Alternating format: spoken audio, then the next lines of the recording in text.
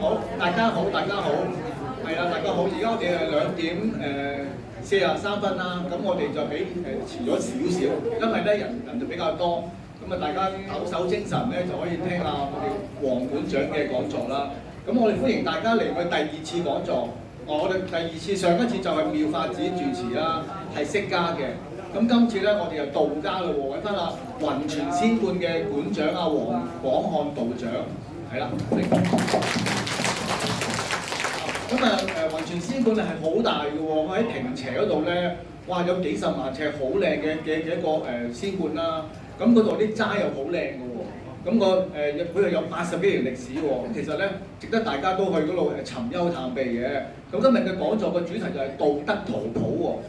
咁呢樣嘢就我就要請教阿道長就點樣去係啦詮釋呢個圖譜啦。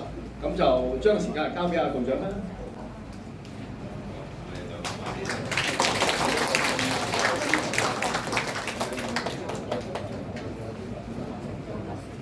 大家好，首先好歡迎啊！當然我都係客嚟嘅，我7、8年前嚟過一次，就好欣賞呢個地方，因為響即係屯門呢個市區裏邊，居然有一個即係好有道味嘅一個地方啊！而且呢度歷史好悠久嘅嚇，咁正係大家我諗都係來自十方嘅善信啦，係嘛？又可能有啲係街坊，有啲可能係遠道而嚟嘅嚇。即係無論點咧，你哋係嚟到一個好地方啦啊！咁咧就我呢個道德圖譜咧，其實就同唔同嘅宗教或者係公開嘅場合咧，或者係唔同嘅機構咧，我溝通過大概即係講過大概係有，我諗有40場到啦，係10幾年嚟41場啊！因為我本身第一就我唔係學者啊，要成日發表文章嗰度，我係即係自己嘅興趣。我覺得呢個即係呢個社會咧，似乎喺我細個嘅時候，即係我今年72歲啊。咁我細個嗰陣時咧，我記得嗰陣時就算啲晚報都會傾下啲道德嘅問題啊、哲學嘅問題嘅。但係而家好少，因為啲報紙好少有啲副頁去講呢方面嘅嚇。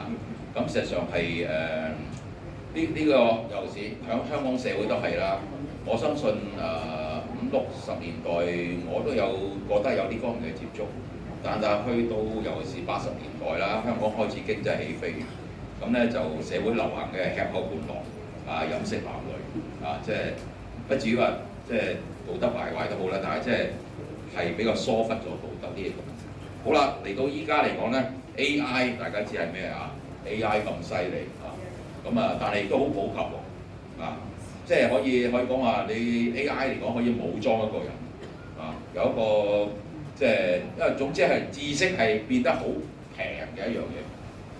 你即係打開個 AI Apps 嚇，只有問一個問題，佢就即刻俾答案俾你，係咪？咁嘅時候咧，其實就有個危機。即係如果人嘅心性好，佢有咁強大嘅力量，即係用 AI 有咁強大嘅力量。佢做好事就冇問題咯，但係如果佢做壞事係點咧？係咪？嗱，所以喺呢度嚟講咧，我見到咧就佔咗相當高比例咧，都係長者嚟嘅啊。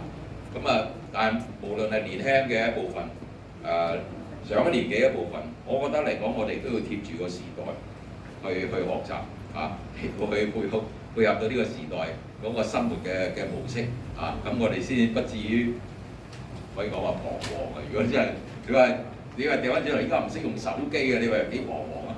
係咪啊？咁所以咧就呢方面嚟講咧，我覺得 AI 或者係造成依家嘅年代咧，知識係好平嘅，道德係非常之重要同埋好珍貴。如果唔係，將來嘅社會，將來嘅人類社會點樣走向？係好危險嘅，係咪啊？OK， 咁所以同大家咧就探討下，雖然我呢個都10幾年前開始，就逐步去豐富同埋去提升嘅一個內容。究竟係咩內容咧？咁樣道德圖譜，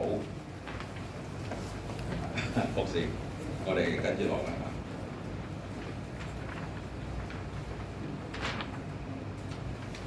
大家睇呢個屏幕應該冇問題啊嘛，啊咁啊，同埋依家派緊個單張俾大家，而且係彩色印刷嘅啊。基本我講嘅內容就係呢個圖，呢個咁嘅圖表啦啊。咁啊，到時可以下一張。咁呢個圖譜咧，我嘅動機係乜嘢咧？我想做一個用一個比較新啲嘅方式嚟到去處理道德呢個咁嘅議題，可以咁講啊嚇。咁所以咧，佢嘅性質係咧，去探索道德發展同埋處理道德一啲議題，作為一個工具嚟到去處理呢方面啊。咁另外一個咧，真係想拋磚引玉啊，引起大家嘅注意啊，同埋去探討一下咧點樣提升道德，去建設一個未來更美好嘅社會。大家認唔認同啊？我哋每個人都其有責任，要為未來更美好嘅社會而努力啊！我哋人類嚟講，傳宗接代到依家話，大概係咪有80億人口啊？係咪？可能最初嘅時候應該係啱即係人類出現喺地球嘅時候冇咁多人，所以其實就係、無論係自然嚟講，或者依家嚟講，你即係討論一啲社會問題嚟講咧，人類嘅繁衍係重要嘅一個課題嚟嘅，係嘛？有啲國家咧個出生率太低啊，係會計條數咧，即幾耐之後就冇咗一個國家嘅，啊！咁所以呢一點嚟講咧，我哋一定係要為未來更美好嘅社會努力嘅，無論你依家係幾多歲都好，係咪？呢啲係我哋人類應有嘅精神嚟㗎嘛，啊！好啦，大家睇到即係我哋要探討就係呢個圖表，可以下一張。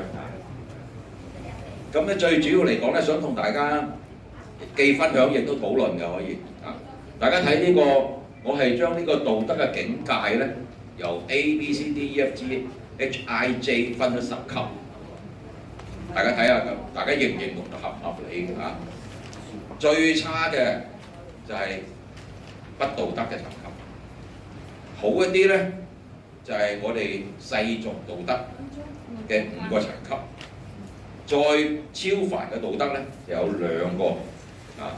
咁又可以講話最差嘅係乜嘢？我呢度嘅形容佢係奸邪惡毒、無法無天喎。有冇啲咁嘅人啊？有啊嘛，係咪啊？好啲係點啊？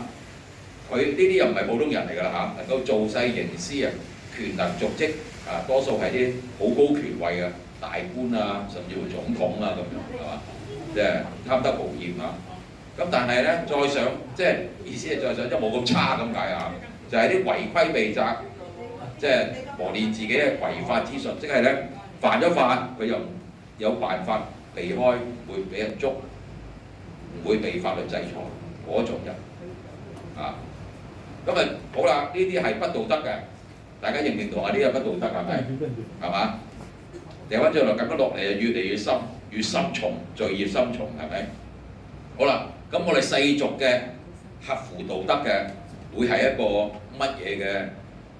我哋點樣去形容佢咧？咁基本，即係最5層裏邊最基本就係循規蹈矩、依章守法嘅，認唔認同咧？即係小朋友係唔曳嘅，係嘛？聽話嘅，啱唔啱啊？大人嚟講咧係守法律嘅，唔會做啲違法嘅嘢嘅，係咪？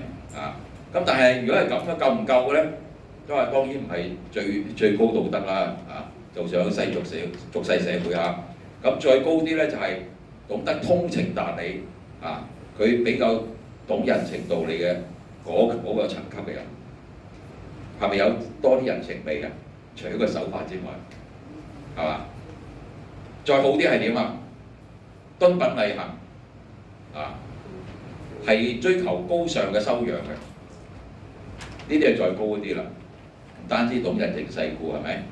對自己有啲要求，但係呢啲要求咧，都係呢個社會反射俾佢，佢覺得係應該咁做咧，嚟滿足社會嘅一啲眼光或者睇法。所以再高係乜嘢啊？再高係修心養性，係發之內形專外，即係一種已經係內化成為自己嘅價值觀。佢要修養好自己，唔係外面社會要求嘅。而係自己發自內心，係咪高啲啊？係咪高個境界啊？係咪啊？咁再高係點啊？咦，天真純善，天地良心，即係點咧？係好真純嘅。即係我哋一般中國人都係咁諗啊嘛。所謂點講啊？即係我哋每個人都有良心噶嘛，即係生出嚟就有噶啦，係咪啊？但係如果呢個良心被埋沒咗、被扭曲咗，咁有問題啦。但係如果我哋保持得住原先嘅嗰種天真純善，其實呢一種咁嘅境界咧，係響世俗社會嚟講咧，呢個係一個好高嘅道德境界。或者睇下先啊，一陣間我再解釋啲數字俾大家聽。咁好啦，咁樣天真純善之外，仲有冇更高嘅境界咧？呢個咧其實係呢個所謂超凡嘅道德呢一個層級嚟講咧，我呢度分咗兩樣嘢。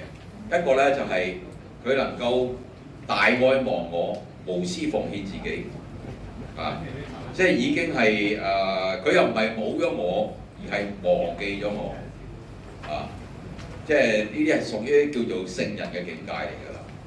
即係瞓醒覺唔係諗住自己要有啲咩好嘢食會享受啲咩嘢，而係考慮到邊啲人有需要佢去幫人哋嗰種境界。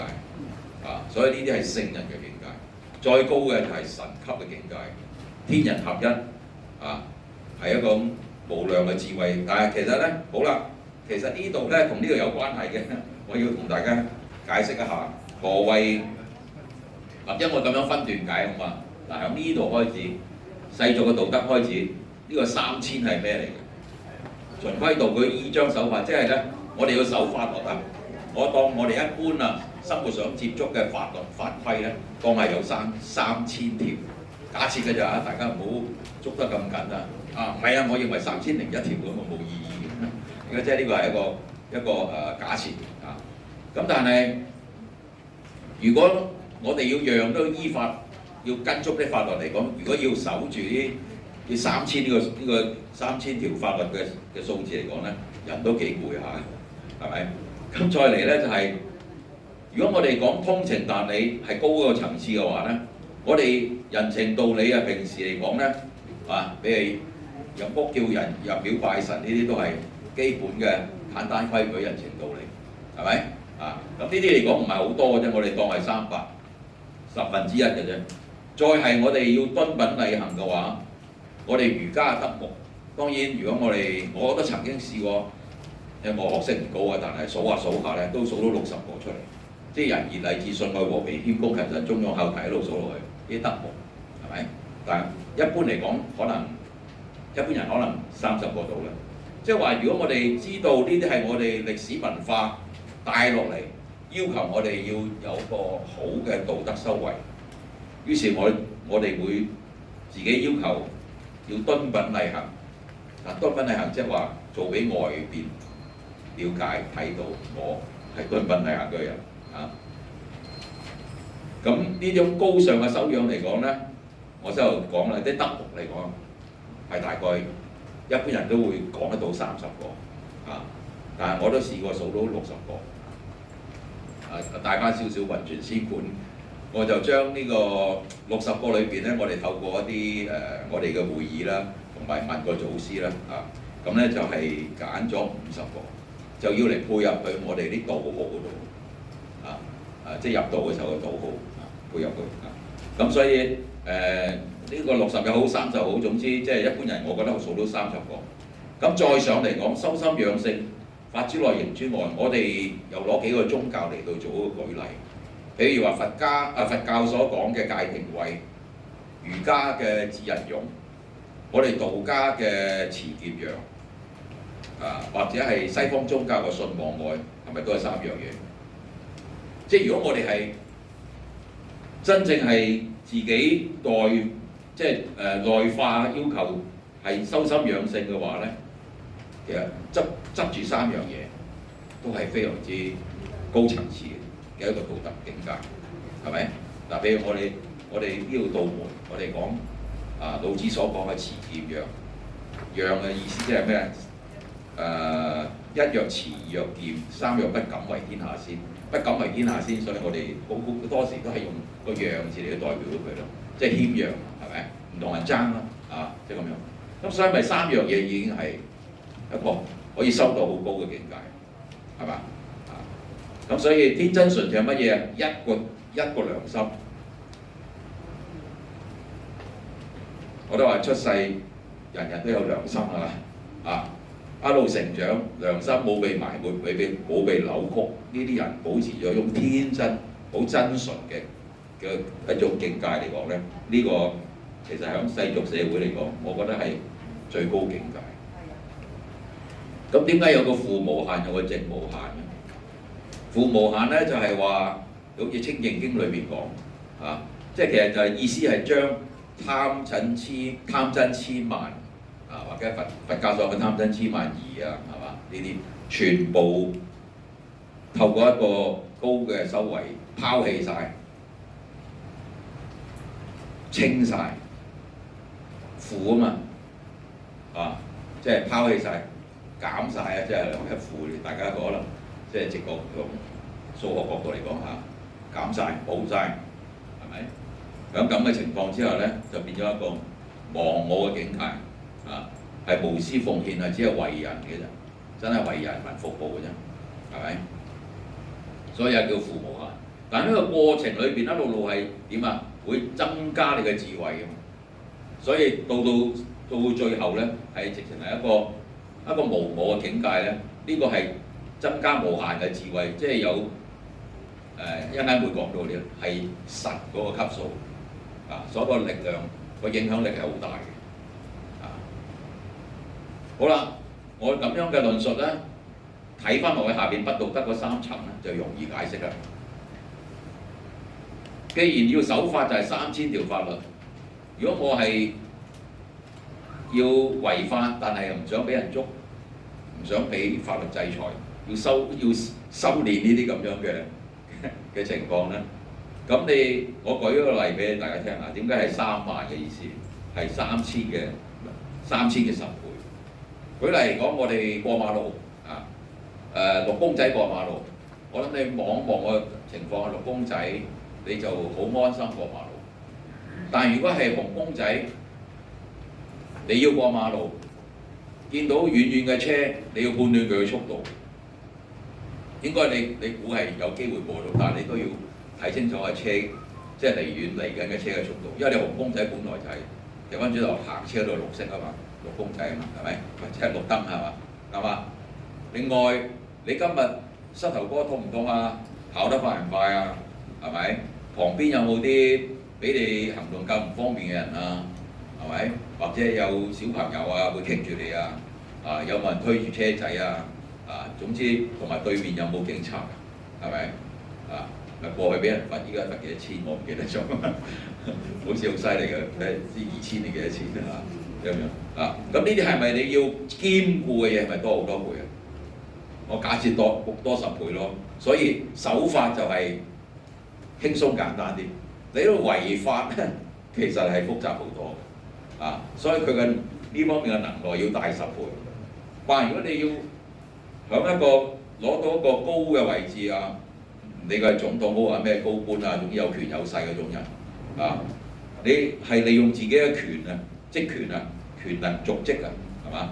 喺度做勢營私即係非常之自私嘅人係嘛？但係佢呢啲係有能力嘅人有名位有權力嘅人係嘛？咁呢啲嚟講，佢要做即係呢啲不道德嘅事咧，其實佢要計算要處理嘅嘢咧，其實仲係多好多雖然我諗呢度冇任何人逃得入去嗰種境界，但係大家可以想像得到，係咪？所以再嚟奸邪惡毒無法無天嘅，係咪更加大啲要做到即係魔鬼咁樣，係咪？我諗佢需要嘅能耐仲會更加大，所以呢一個就係一個比較呢個數值咧係大家會可能覺得係幾吊詭嚇，即係就但係就想帶起大家嘅吸引力，即係關注啊！其實我哋乖乖一個天真純善係最高境界嚟嘅啊！充滿咗關愛對自己同埋所有其他人、其他事、其他物啊嘅關愛，好天真係嘛？我哋如果遇到啲人亦都覺得佢好可愛係嘛？好欣賞佢，呢個係好高境界。呢一個單張下邊都有幾句呢個方面解釋嚇。好嗱首先喺呢度嚟講，我咁樣論述，大家有冇問題提出？係。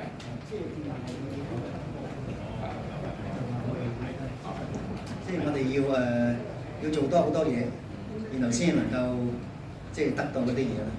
咁但係問題個得失問題點咧？即係佢點解要做咁多嘢咧？總有原因。即係佢可能有啲得着，佢先會不如咁啦，我做3萬、30萬資源出嚟。咁嗰個得着係咪一個誘因啊？問題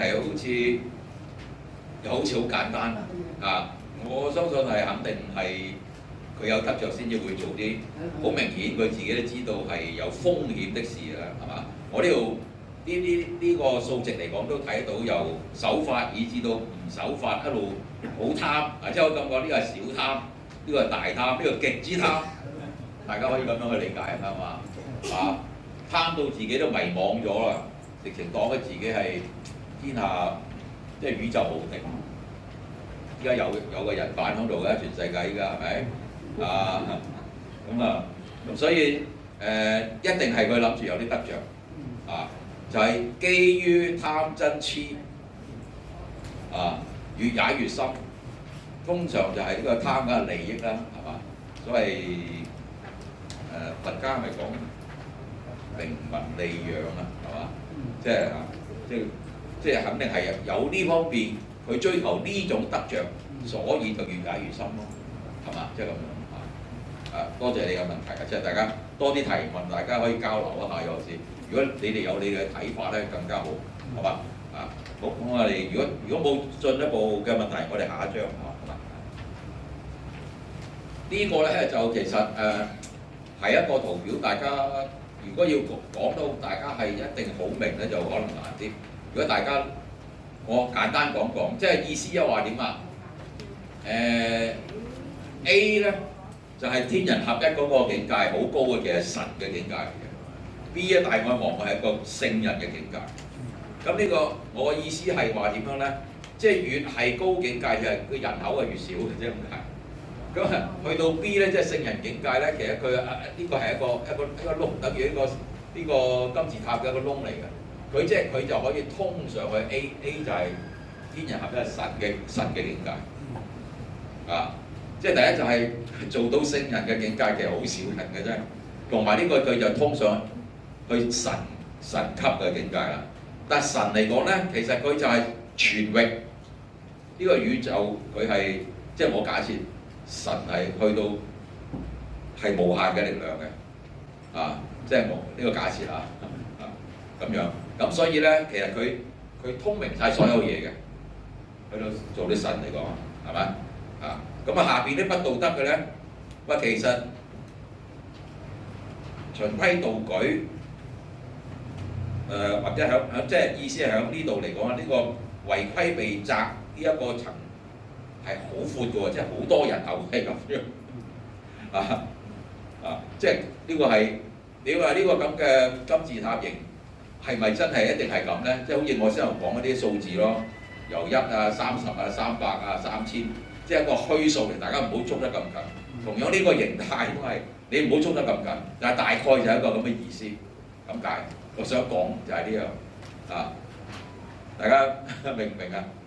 起碼即係有多少帶俾大家個圖樣帶出嚟嘅概念啦，係嘛 ？OK， 可以下一張啦，博士。好啦。咁其實先頭咧就我拉一少少過嚟講，我哋都要考慮一下。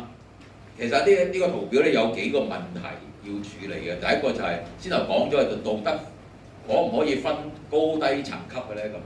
咁我當然呢個論述就話俾大家聽話有係可以分嘅，分到10級，係嘛？咁如果大家對啲喂唔係分10級，應該分11級，或者係分5級就好啦。咁大家可以提出你嘅理據、你嘅意見嘅，大家可以討論啊，好嘛？然後第二個問題係道德與我何干？講咗一大堆先後，係嘛？咁其實即係每一個人可以問下，喂，同我有咩關係啫？係嘛？每日都係咁過啦，係咪啱啊？咁啊點解要去討論呢樣嘢咧？係嘛？好啦，咁喺我呢度就同大家分享一下，有分為第一就係唔同嘅心態亦都我哋要考慮到唔同嘅層級嘅道德係有唔同嘅形象嘅，亦都有社會對呢啲咁嘅人嘅唔同嘅對待咁而係如果你話好多呢啲人嘅話，喺一個社會或者生活嘅社區都好啦好多都係呢種人嘅，呢一種人即係唔同層級，即係睇下邊種層級。咁個社會景象係點咧？咁我哋去處理呢四個項目嘅時候咧，就係睇下可唔可以處理到呢個道德與我何干呢個問題。好，我哋試下啦首先係我諗埋啦5、6一齊講，係咪？直情打橫5、6、7、8一齊講，係嘛？好，或者係最差嘅就講上嚟啦。譬如最差嘅啲，即係喺嗰邊嚟講奸邪惡毒、無惡不作嗰種，即係無法無天嗰種人，係咪？其實依家都現世都有，喺社會上，喺國際上，大家應該都感受得到，都有最少唔止一個其實點好啦，佢嘅心態係點啊？佢覺得我係宇宙至尊，唔好講話呢個地球，呢個宇宙都應該我主宰嘅咁樣，係咪？咁呢係咩嚟㗎？即係個形象就係一個暴君嚟，一個暴君嘅形象，係咪？社會點樣對待呢種人咧？都冇計啊！制裁唔到佢，唯有剿滅佢。咁如果你話社會好多人傾向係咁樣嘅一個即係咁嘅道德嘅境界嘅話咧，即有係殘鬥滅絕，人類會滅絕。唔知大家認唔認同？當然亦都好難嘅，好難有即係個人類社會好難去到好多人都係去到咁樣就係好難嘅。好啦，再上一級係點啊？嗱，呢啲人嘅心態就係逆我者亡，一個大貪啊嘛。譬如係我哋睇佢哋形象係貪官嚟嘅咯，係咪咁呢啲可以用法律制裁佢嘅，因為可能個社會未崩潰，仲有法律存在，仲有機會，可能有機緣咧係可以即係制裁到佢嘅。咁如果呢個社會好多呢啲人點啊？互相陰謀陷害，好恐怖嘅，我諗都生活喺咁嘅圈子都好慘嘅，係咪好啦，咁再好啲係點啊？因為嗰啲係比較違規避責嗰啲係咩？啲小人係小貪嚟嘅啫咁佢係佢嘅心態係點啊？利我為上啦，總之係有着數地方佢就去咯，係嘛？諗都係不停諗自己着數咯，係咪咁係社會點對啲人啊？不屑咯，係咪咁如果係你生活周邊都係呢種人咧，你都覺得危機處處，係嘛？因為專揾着數嘅，佢梗係唔係咁露鋒芒啦，係嘛？即係可能呃咗你都唔知道，係嘛？咁呢啲咧就係不道德境界。好啦，我哋上到去合乎世俗道德嘅嗰5個境界，循規蹈矩嘅人係會點啊？佢嘅心態係佢遵循法律，遵法無害，冇壞啊！我守法冇壞啊，事實上係咪再嚟就係咁我哋假設一個形象俾佢啦，係學生咯，學生係乖，應該係乖嘅係守規矩㗎，係嘛咁所以呢個係俾佢個形象係學生咯咁呢啲社會對佢呢啲有個基本做人嘅尊嚴，係一個守法啊嘛咁咁如果你話淨係個個都只係守法，再冇高嗰個層次嘅一種修為嘅話，個社會好平淡無情咯。個個都只係守法，即係再冇再上嗰種咩人情世故嗰啲冇嘅，係咪？咁所以如果係咁嘅一個社會環境就係平淡無情咯。再好啲係點啊？再好啲咧就係嗰啲敦品禮行嘅人咧，咁個心態就係我係上言上禮喎，係咪？又似乜嘢啊？似教師咯，係咪？啊，咁嚟講咧，個社會對呢啲人係點啊？會尊敬佢。再嚟就係，如果社會多數係呢啲人嚟講，嗰個社會嘅景象就係一種禮義共融，好和諧啊！大家係咁有禮教嘅，係嘛？啊，係已經好高境界。喺現世嚟講，或者人類嘅歷史嚟講，能夠做到咁已經好高境界啊！好啦，可唔可以再好啊？係可以再好嘅。咁如果係修心養性嘅人多嘅話咧，佢嘅心態係乜嘢？佢係關愛心修德，即係佢係對人對事好善意關愛。佢亦都係着意自己係要修自己嘅德性，修為自己嘅德性。咁呢啲人嚟講咧，即係其實就係即係當然啦，譬如呢度善慶堂咁啊，都係個修道嘅地方啊，即係啲修士咁啊，社會對呢啲人係唔止尊敬佢，係尊崇佢，係崇拜尊崇佢再嚟就係點啊？如果呢個社會好多呢啲人嘅話，社會好親愛幸福。可能歷史上有冇出現過咁嘅社會係嘛？係親愛幸福啊！人與人之間好親愛我哋雲傳最近立咗個禮運大同篇嘅碑呢個大同世界裏邊就係類似係咁樣，有啲類似好啦，如果你話天真純善嗰個境界係如何啊？嗰種心態係乜嘢啊？佢係永遠都好感恩、好愛顧所有嘢因為好真純嘅佢係一個好真純嘅人，一個好善良嘅人性所以佢點解我寫領袖咧？你諗下，如果呢啲你唔好諗住佢係天真純善，你諗住佢好脆弱㗎。佢天真純善係佢嘅德性，但係佢可能佢要做咩工作，做咩嘅負咩責任，係睇佢嘅能力佢天真純善並不表示佢冇讀唔成書，你明我意思啊？佢可能係一個好高學識，亦都有好高智慧，但係德性係咁善良嘅一個人，佢咪應該做個領袖？你如果選一個能夠係即係管治嘅國家嘅帶動呢個社會發展嘅，你係咪應該選呢種人？你唔通選啲奸邪惡毒嘅人咩？係咪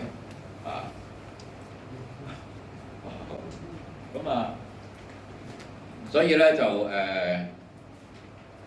呢個社會對呢種人嚟講咧，即係真係好矜貴嘅，所以我哋覺得佢好尊貴嘅呢種人再嚟就係真係如果有一個整個社會一起，好多呢啲人嚟講係哇皆大歡喜嘅，我都唔識形容我就講皆大歡喜啦再嚟就係去到聖人級數啦，真係呢個佢係大愛忘我人係咩？係利眾忘我嘅只係為大眾嘅啫，連自己都忘記咗嘅，唔會太記掛自己嘅利益嘅問題，係咪呢啲係聖人嘅形象嚟嘅社會對呢啲係點啊？係敬奉即係譬如有啲宗教領袖、善團嘅領袖你覺得佢真係好信得過佢，覺得佢好善良，佢又好努力係利眾係無私嘅，你係咪會考慮可以幫佢做義工啦，或者係甚至乎捐錢俾佢啦？因為佢做嘅都係為大眾嘅事，都係你自己都想去做嘅事，係咪？就一個咁嘅境界。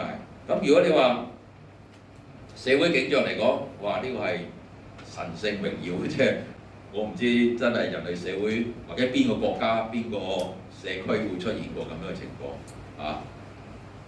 再嚟即係去到神嘅級數啦，係嘛？咁係佢嘅心態係萬物同根嘅，可能魔鬼佢都想改變到佢變翻善良嘅萬物同根，佢係一種神明嚟嘅形象咁社會對呢啲係敬拜定係膜拜佢，係咪就唔淨啲敬奉係敬拜咁嘅社會係無限光明，即係其實我唔識形容不過即係諗到咁嘅寫無限光明係嘛好都問一問先啦有冇問題即係對我咁樣去論述呢一個OK 隨時提出問題我哋真係要交流嘅咁先有意思嘅好咁呢個咧就係都係回翻先頭嗰度啫即係如果你話神咁我哋係講應該係呢個係老子嘅形象嚟嘅，呢個係釋迦牟尼形象，呢個係耶穌嘅形象，即係神嘅級數最高呢啲形象咁再嚟聖人呢個孔夫子呢個領袖係乜嘢咧？係即係我啲學校技術員同我整落去呢個叫做《三國演義》劉備好似劉備即係曾經有段歷史，因為佢有一個城市嘅有一個城嘅人跟佢要離開嗰個地方，要去好遠，即係只要佢覺得佢係一個好嘅領袖，所以追隨佢即係類似咁。咁當然佢唔係絕對代表晒最好嘅一個未必係最好嘅例子，但係都其中一個可以擺落去嘅例子。咁修士咁比如呢個係一個小和尚咁樣一個修士教書啦，教學生啦，係嘛？咁商家啦，點解商家係要懂得人情世故喎？你真係唔懂得人情世故，你好難做生意嘅，係咪？學生啦同埋小人呢個蝦個細路貪官啦，係嘛？講到操控股市呢個啦咁呢個係暴君啦，呢個係希特拉嘅形象呢個都係等大家轉一轉換精神，即係覺得你有啲公仔睇下咁解啫。先頭已經其實講咗呢個咁樣嘅分級嘅係咪博士可以再下一張好啦，咁第三個題目咧就係中國固有嘅道德觀對比近代西方社會嘅道德追求。呢個其實係我舊年加落去嘅，所以大家睇到呢個單張係舊年嘅24年嘅，先加呢一部分落去咁呢個咧係同我哋好直接認識嘅道教即係道家同埋儒家嘅思想，同埋一啲西方嘅一啲社會嘅現代社會嘅追求結合埋一齊所以大家係我希望大家消化，即係聽我講消化一下之後咧，係多提啲意見我先講個結構先。呢個品格咧，道德就係我哋道家所追求嘅，道家所追求道可道非常道嗰個道，然後我哋能夠喺我哋自己嘅生命裏邊，無論我哋嘅思想、我哋嘅語言、我哋嘅行為表現嘅特性，如果合乎道嘅，呢啲叫咩？呢個叫德，呢個德係咁嘅意思咁我哋道家嘅觀念嚟講呢個德係咁嘅意思咁然後咧就儒家所講嘅倫理道德咧，就最主要係仁義禮智信。呢一個咧就係我哋儒家咧尤其是去到漢朝加咗個信咧，就叫五常。基本因為上邊係四端，仁義禮智就係四端咧，就係孟子所講，就係認為人生出嚟咧就有呢種德性咁後來總之喺漢朝加多個信，咁就叫五常啦。都係儒家認為我哋中國人嘅 DNA 生出嚟就應該即係出世就應該有呢樣嘢㗎啦，五樣係嘛？係爭住我哋點樣好好修養好自己再嚟咧貪嗔痴咁知道係唔好嘢啦係嘛？即係越貪越犀利啦即係本來係小貪，越嚟越大貪，大貪得嚟咧就真到人哋，哇！佢貪得比我多，於是我仲要再貪多啲，係嘛？就真，再嚟咧就係、哇！又俾佢繼續去開貪落去喎，係嘛？佢覺得自己好似真係大晒啦，係嘛？啱啊！佢要幾多就幾多，貪幾多幾多啦，係嘛？於是黐黐埋埋越踩越深係咁樣。好，咁呢個追求係乜嘢啊？呢個其實我係尤其是呢5樣嘢，法治、民主、自由、公平、博愛，呢個係西方社會傳過嚟話西方嘅社會嘅發展同埋追求就呢5樣嘢，但係仲有一樣人權，大家留意啦，呢個咪冇咗人權啦，將呢5樣嘢一啱我聽係有嘅，好嘛？OK， 咁好啦，我睇下我啱啱上邊唔講，我就帶過嚟先嚇。呢度我哋集中講呢5樣先嚇，集中講中間即係等於世俗道德，再射過嚟呢5樣上邊嗰2樣唔講，下邊3樣暫時唔講，就係、集中響仁義禮智信，我哋儒家嘅論述由孟子以至到漢朝加多個信，係所謂我哋中國人嘅5常生出嚟已經有嘅我哋中國嘅 DNA 睇下大家認唔認同，好嘛？對比嚟講咧，如果你仁義禮智信收得到咧，你就會係一個儒家嘅謙謙君子嘅表現，就係溫良恭儉讓。大家如果呢個論述，大家有冇意見先？即係認唔認同，或者係有其他嘅睇法？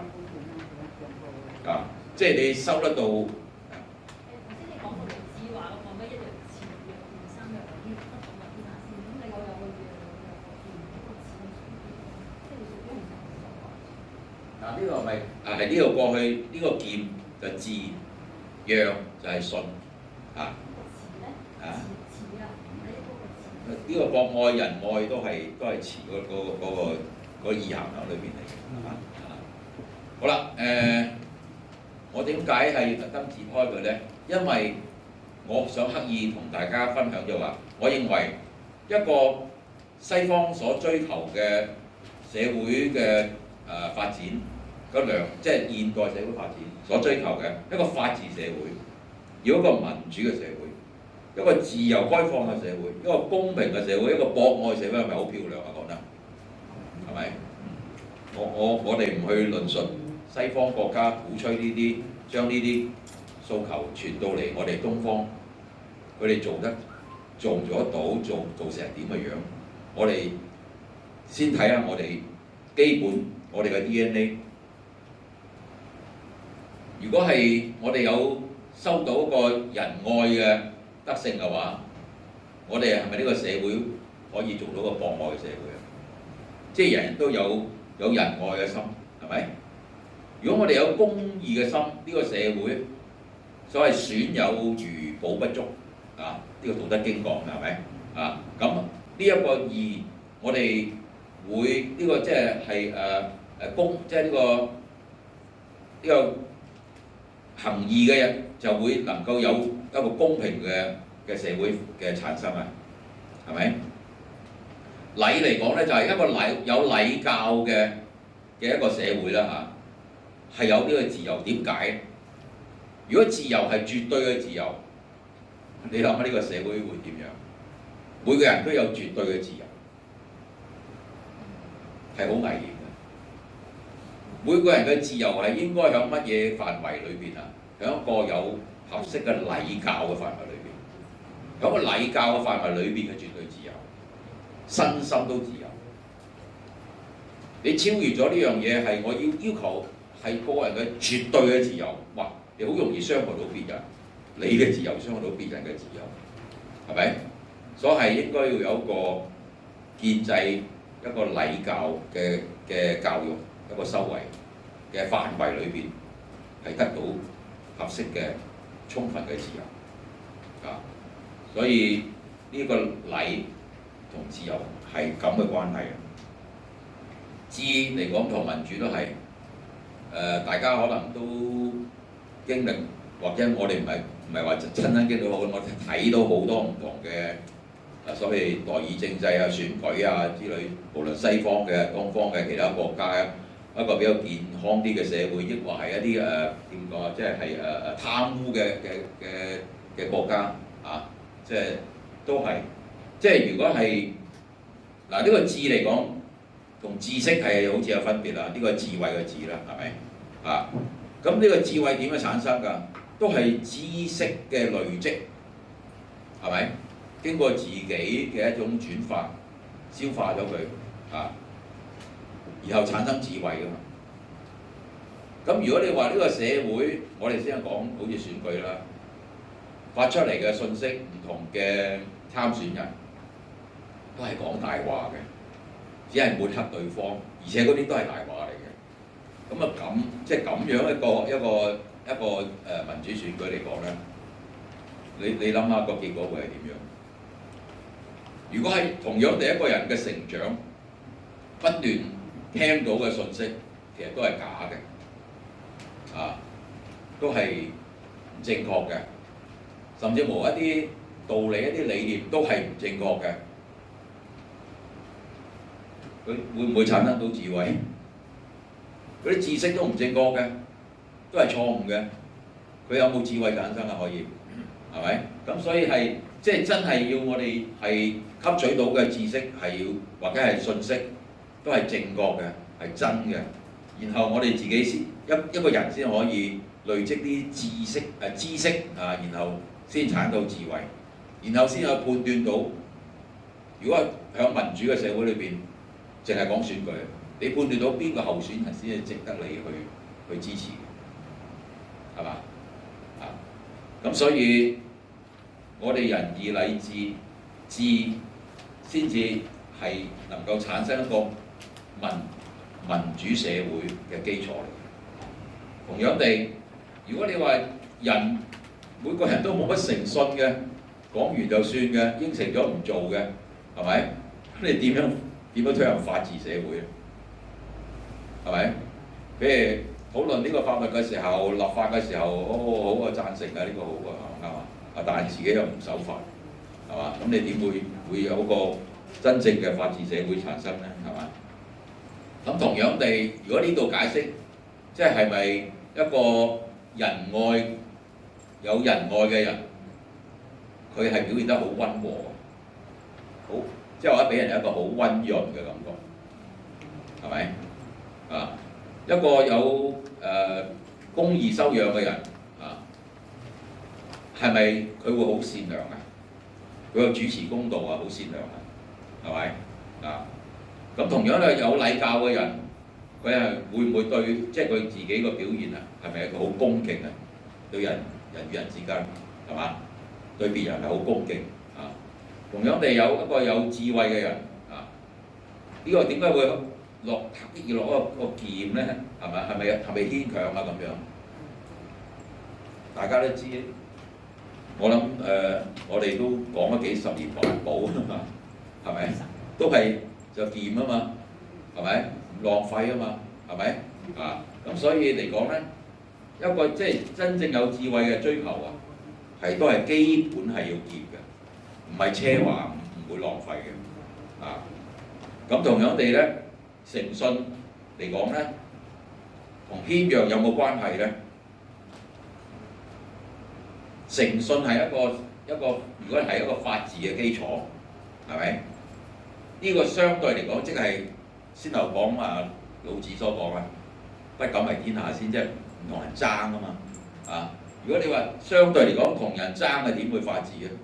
係咪啊？咁所以即係大家謙讓咧，就容易造就一個法治嘅社會。好啦，個人權匿咗喺邊度嚟？就喺呢度都有人權㗎啦。如果呢個社會俾到大家咁樣收上去嘅信智禮義仁，你諗，大家睇下啱唔啱啊？即係一個社會嘅基礎咧係一個要法治。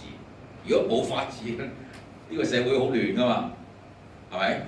咁所以咧，如果我本人都係即係一個人啊，佢收自己係一個誠信嘅人，再收自己係一個豐富知識，然後產生到正確嘅知識，然後產生到高嘅智慧嘅人，再上去一個有禮教嘅人，一個好正義嘅人，一個好有仁愛心嘅人，係10級以上。如果呢個社會冇阻礙你去咁樣修持，依家又有阻礙個字嗰度。依家好多尤其是 AI 都會做好多假嘢出嚟，係咪？嗱唔講 AI 咧，淨係講啊，即係有時見到某啲社會嘅選舉都係，全部都係攻擊對方嘅，係嘛？啊，或者係嗰啲都係甚至乎係假嘅作假嘅，係咪？啊，咁所以如果我哋真係要真知識、高智慧，再上去我修一個自己係一個好有禮教，而且自己嘅禮教亦都影響埋其他人，令到其他人都遵守一個禮教，大家就好自由。咁呢個禮教範圍你好自由，好安樂咁樣生活，好自由咁生活，身心都好自由嘅生活，係咪？再高嘅就係一個好有正義感嘅人，係嘛？損有餘補不足，令到個社會更加公平，係咪？再高嘅就係仁愛嘅心，博愛啊，即係好似剛才另外譬如好似呢啲咁樣天真純善嘅，係嘛？佢係好關愛所有人與民，係咪啊？咁呢個如果你話係個社會嘅性質運作，或者個政府嘅行政，係唔會阻礙一個人佢要咁樣修上去提升自己，冇阻礙到。咁呢個係一個有人權嘅社會。當然我先係一個大前提，假設咩啊？人係向上提升嘅，我唔係要向下嘅，係咪？要向上追求嘅。嗱，呢個就係我講嘅，其實隱藏咗人權喺裏邊嚟，係嘛？係。我想問正話你就諗住話係個追求嗰度向上啦。係。咁啊，即係話人咧係性本善啦。咁但係問題喺春秋戰國佢遇到有啲人係點樣係性本惡嘅？咁嗰個又點解釋啊？嗱如果係向呢方面一個咁嘅課題咧，如果做一啲研究，唔好講話學術研究啦，或者探討咧，都可能要傾好耐嘅。不過咧，即係佢哋師兄提出嚟咧，即係我講少少我嘅見解啦。即係因為有啲人咁樣講嘅，即係性本善咧，係人嘅本質嚟嘅，但係佢一出世咧，響呢個社會咧，肚餓呱呱叫食，要飲奶，係嘛？越喊得大聲，越快啲有奶飲，咁佢於是就喊得大聲啲，係嘛？即係有一種咁樣嘅，究竟係咪貪咧？開始係嘛？因為點咧？咁即係有啲人就咁講，即係話佢未出世之時咧，係其實好純嘅，但係出世咧一接觸咧，咁就可能會即係好似我咁講，嗰個良心係咪喺度維持住，冇被任何嘅污染同埋扭曲，係嘛？佢係天真純善，係嘛？即係有啲咁樣嘅講法咯。咁同樣地比如話你另外一個問題，春秋戰國點？即係孫子嗰邊話嘅性本惡嘅人本身係惡嘅，係要通過一啲教養啊，然後先可以令到佢提升嘅。咁所以個戰嘴嗰個追求嗰度究竟係向自己向上？嗱，唔一定係你後來嗰個假設戰嘴向上嚟向下，因為相對嚟講咧，如果你話係譬如某種點講，即係某種狀況啊，譬如譬如有個人係好似呢啲咁樣，佢係做到通情達理，但係其實嗰啲貪嗔痴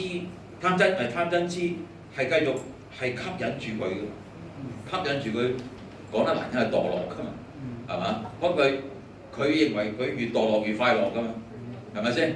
係嘛？咁但係另外一種就係佢有冇嗰種機緣，係嘛？或者有冇一種咁嘅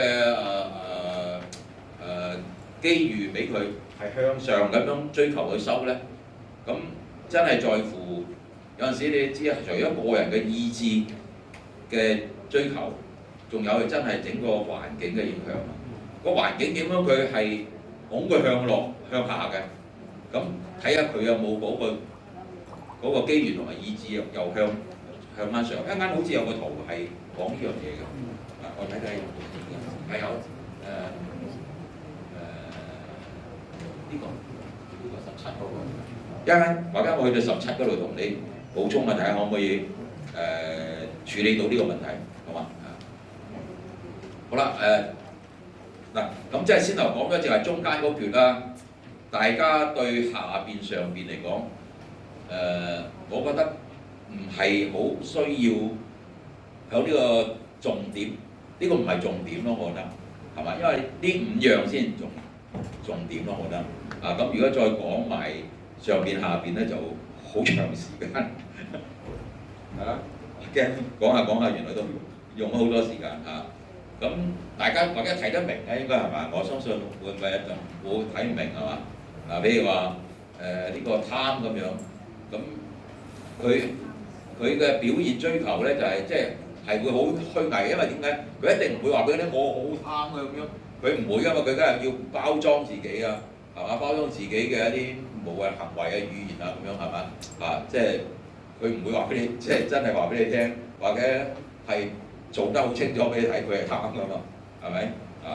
咁即係啦，咁所以呢啲咁嘅論述咧，我覺得附帶嘅啫。如果大家唔介意，我就唔講啦，因為呢一個我係想論述話俾你聽。喂，仁義禮智信係我哋中國人嘅 DNA 嚟嘅喎，我哋要追求呢啲西方所講嘅呢啲咁嘅社會，其實我哋先有條件喎。大家有冇反對啊？嗱，喺呢度可能有啲爭議性嘅，係咪？有冇反對我呢個講法咧？我就想表達呢樣嘢啫嘛，係咪？我哋中國人嘅 DNA 仁義禮智信對應就可以產生咁樣嘅社會，發展咁嘅社會，非常之美好嘅社會，係咪？而且你睇下我哋啲人係點樣溫良恭儉讓，我哋即係儒家修為謙謙君子，個個都係互相表現得好有風采互相欣賞，係幾咁美好。一個幾美好嘅一個人類社會，係咪？其他上邊下邊，我覺得今次都唔係最重要嘅。我新整呢個表，因為呢個係舊年先做，加咗呢部分落去，就咁樣。好嘛？我休息5分鐘。好啊，咁歡迎大家翻嚟啊！我哋再同大家問一問呢一個表。我就考慮上邊2節講，下邊3格都唔講，冇問題啊嘛，大家睇得明啊應該嚇。好啦，咁我哋省咗佢就下一章啦，係嘛？下一章咧就講一個套落嚟咧，就你見到呢度咧係一個道德同教育嘅關係嚇，咁就我喺呢度咧就套咗大學、中學、小學、幼稚園嘅學生同道德嘅之間嘅對話係點咧咁樣嚇？咁咧就係其實我先講一個小故事。我有個即係混血兒嘅，應該係好低我輩份，好即係應該點講啊？係我太太嘅家姐嘅孫嘅外孫啊，咁係混血兒嚟嘅。咁咧就好聰明嘅，喺佢1年班尾就嚟升2年班嘅時候，我就揾佢傾偈就想教佢呢個圖表喎，做得我呢個好難，係嘛？咁但係我就想教佢循規蹈矩咁嗰陣時佢係1年班學生，小一學生循規蹈矩，咁咧就同佢諗下咩？佢循規蹈矩梗唔識啦，佢又係嗰啲混血兒，兼夾係淨係小一啫嘛，係嘛？咁解釋俾佢聽啊，同佢慢慢咁啊，後尾就揾到個佢明嘅意思啦，就係唔做壞事啦，即係唔做曳嘢。咁啊呢度你見到我呢度咧，不做壞事係幼稚園嘅啊，但係咧當時嗰個我呢個應該點嘅外甥孫好定係咩啊？咁咧就係呢個初小嘅即係就嚟升2年班啊。咁啊好啦，我就間唔中食飯咧，就即係我哋出去食飯咧，就揾佢再傾下偈，睇佢記唔記得喎？佢又記得喎，講翻俾我聽喎啊！咁於是咧我就教佢通情達理啊。咁啊通情達理叫啲一個小學生、初小嘅學生就好似好難理解又係咪啊？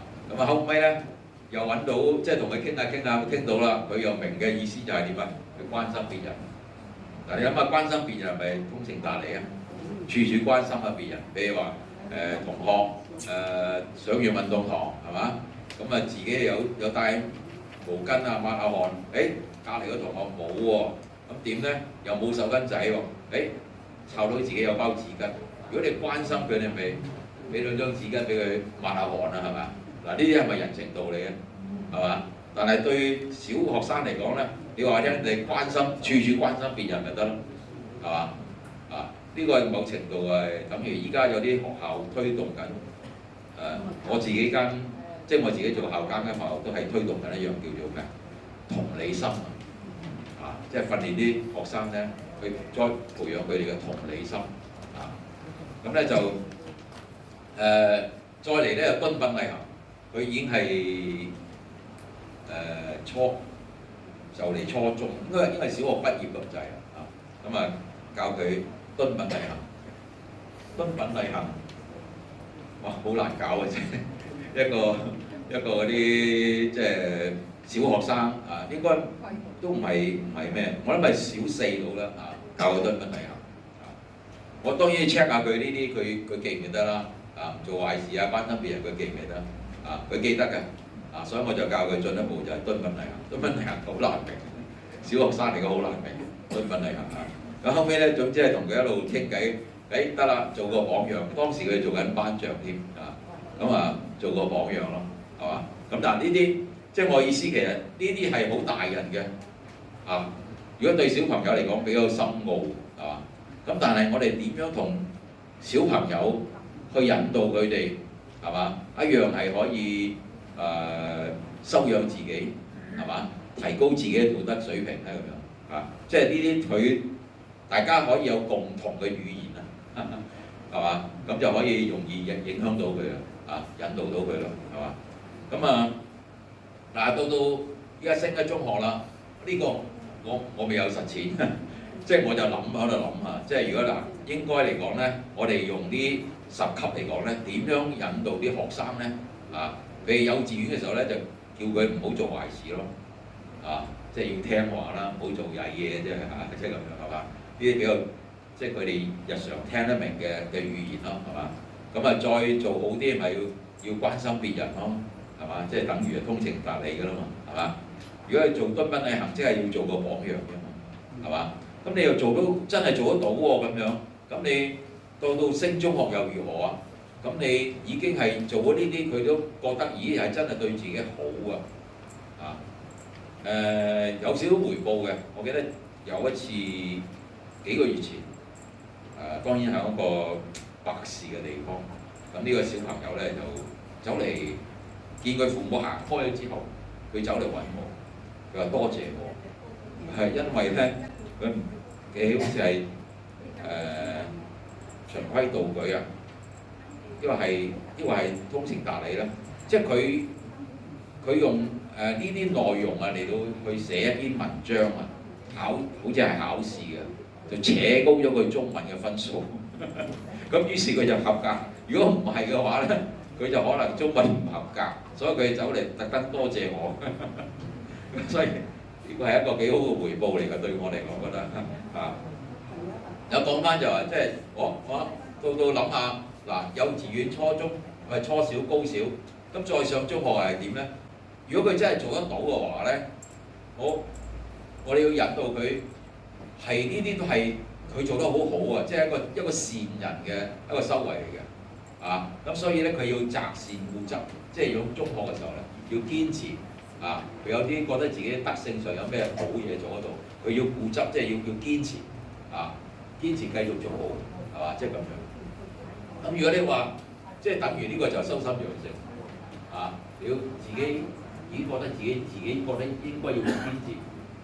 既然我有咁做得好，我就繼續做好佢，係咪啊？咁再嚟就係點啊？哇！要做到更加好喎，啊，好似天真純善咁樣喎，係嘛？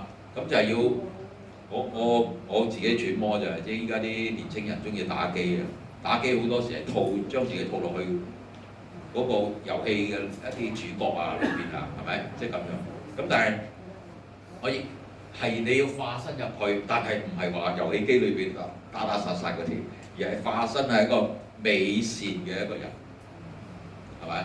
咁睇下真係佢有冇嗰個造化，即係我哋所講，係咪？祖師運化佢有冇咁嘅造化，可以即係套得到落去？佢係一個高中生嘅時候可以已經有一個咁樣嘅理念咧，追求咧，係咪？啊，咁同樣地咧，要中學啦，我哋要警告佢啦。千祈唔好做啲違規避責，如果唔係係會墮落沉淪嘅，係嘛？中學生呢啲應該明啊嚇，咩叫墮落，咩叫沉淪啊？咁啊，如果你話再落去做勢營師嗰啲係呢個係會即係罪孽深重啊！呢啲都應該聽得明嘅中學生啊，再係如果話去到咁差嘅奸邪惡毒嘅，咁呢個係萬劫不復，係嘛？即係嗱呢啲。就冇做實驗嘅啊，咁但係咧就我先頭講嗰個即係一個 mix 嘅，就嗰啲我一下姓尾應該點叫？即係我外甥孫啊，混血兒啊，即係嚟講咧就呢幾樣係應該佢容易明嘅，嗰個年紀到嗰個年紀啊，係嘛？嗱呢個並唔係話。係呢個咁嘅設計就係非常之好，而係即係想帶俾大家，真係我想拋磚引玉咯。即係我哋道德嘅栽培係要從小開始嘅。咁但係我哋點同一啲咁好細個嘅點同佢講？我哋啲大人要求呢啲好似呢啲咁嘅詞彙係好難明㗎嘛。我哋要同佢諗下或者溝通下，係點樣佢都聽得明嘅，又簡潔嘅，佢記得住嘅。又會係引導下佢自己向善修，即係小朋友都可以向善修德嘅即係點樣咧？咁樣即係我俾唔到一個更好嘅方法俾大家，但係即係想提起大家嘅興趣，可以大家一齊諗下，好嘛？當然即係話，如果去到大學，我哋講呢個超凡嘅道德即係先頭前面嗰啲論述，我諗大學生係可以同佢哋可以交流㗎啦。係咪？咁呢個可以講話，你大愛望我係一個聖人嘅境界喎，係咪？呢個係咪人生嘅一個理想嘅追求嚟㗎？做一個聖人，係咪？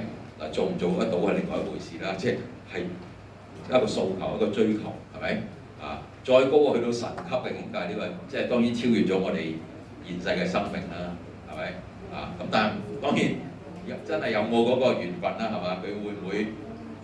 即係內化咗，都係一種信仰嚟嘅，變咗係一種信仰嘅追求嚟㗎啦，係咪？咁大家明我呢個意思係嘛？睇得明嘅 ，OK。咁如果冇問題，冇問即係我想問，呢啲德育咧就 OK 嘅冇問題，但係如果要係嗰個人要係影響對方咧，嗰個人嘅以身作則都好重要。如果唔係你本身都做唔到呢啲嘢，咁你係啊，冇錯。當然呢個係可以講話千古的問題，因為好似依家淨係講教育，咁你如果老師都其身不正啊，譬如喺課堂嘅時候嗰啲語言身體語言都唔好嘅，咁你即係點樣教啲學生咧？係咪？同樣即係《道德經》裏邊都有唔止一樣咁樣嘅描述嘅，好似第2章有講呢樣嘢嘅，即係都係身教係好重要咯，呢個係真嘅，多謝你嘅分享。吳博士，我哋可以睇下一張。咁呢一個咧，其實就係警惕道德向下個趨勢。咁即係呢個圖表只係一個睇下大家即係消唔消化得到嘅。呢度咧，我意思咧係我哋去評價一個道德嗰個尺度咧，公開嘅同埋隱私嘅係其實有唔同。但係呢個唔同其實就一個問題嚟嘅。呢個問題即係佢嘅變化咧，可能係好，亦都可能係危機，係唔好嘅。首先，公開嘅尺度咧，你見嗰度冇晒嗰啲橫線咯，即係話咧，我哋唔好計較佢係響邊一級。意思咧就係呢度咧係掘嘅，大致如果射過嚟啊，就係循規蹈矩嘅。即係意思即係話咧，公開去講道德，好似依家都係一個公開嘅，算係公開場合。就係話，違規避責唔做得嘅，明白嘛？罰咗嘅，所以罰咗嘅，係咪？